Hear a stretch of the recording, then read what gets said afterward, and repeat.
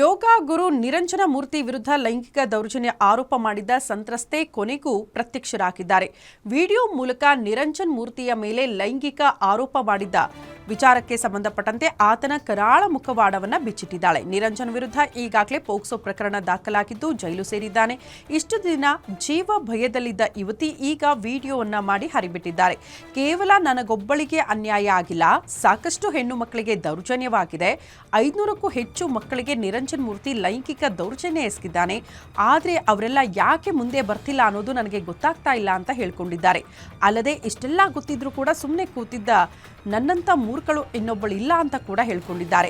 ಆತನಿಗೆ high influence ಇದೆ, ಮೋದಿ ಗೊತ್ತು ಅಂತ ಬೆದರಿಕೆ ಹಾಕ್ತಾನೆ. ಅಲ್ಲದೆ ಈತನಿಗೆ ಓರ್ವ IPS ಅಧಿಕಾರಿಯ ಸಪೋರ್ಟ್ ಇದೆ ಅನ್ನುವಂಥ ಗಂಭೀರ ಆರೋಪವನ್ನ ಯುವತಿ ಈ ವಿಡಿಯೋದಲ್ಲಿ ಮಾಡಿದ್ದಾರೆ.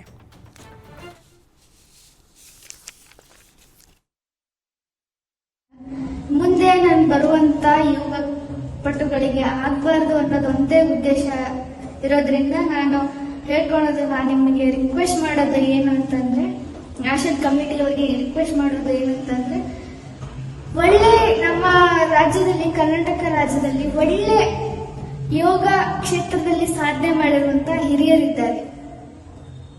ಒಳ್ಳೆ ಸಾಧನೆ ಮಾಡಿ ಒಳ್ಳೆ ಹೆಸರನ್ನ ಮಾಡಿರುವಂತ, ಒಳ್ಳೆ ಅನುಭವವನ್ನು ಹೊಂದಿರುವಂತವರು ಯೋಗ ಕ್ಷೇತ್ರದಲ್ಲಿ ಇದ್ದಾರೆ. ಅಂತವರನ್ನ ಕೂಡ್ಸೋದು, ಅಂತವರನ್ನ ಕರ್ನಾಟಕ ಯೋಗ ಸ್ಪೋರ್ಟ್ಸ್ ಅಸೋಸಿಯೇಷನ್ಗೆ ಕೂಡ್ಸೋದು ಯೋಗ್ಯವಾಗಿರುತ್ತೆ. ಇವ್ರನ್ನ ನಮ್ಮ ವರ್ಲ್ಡ್ ಕಮಿಟಿ ಏನಿದೆ ಇವಾಗ ಪ್ರೆಸೆಂಟ್, ಅವ್ರು ಯಾರು ಬೇಡ.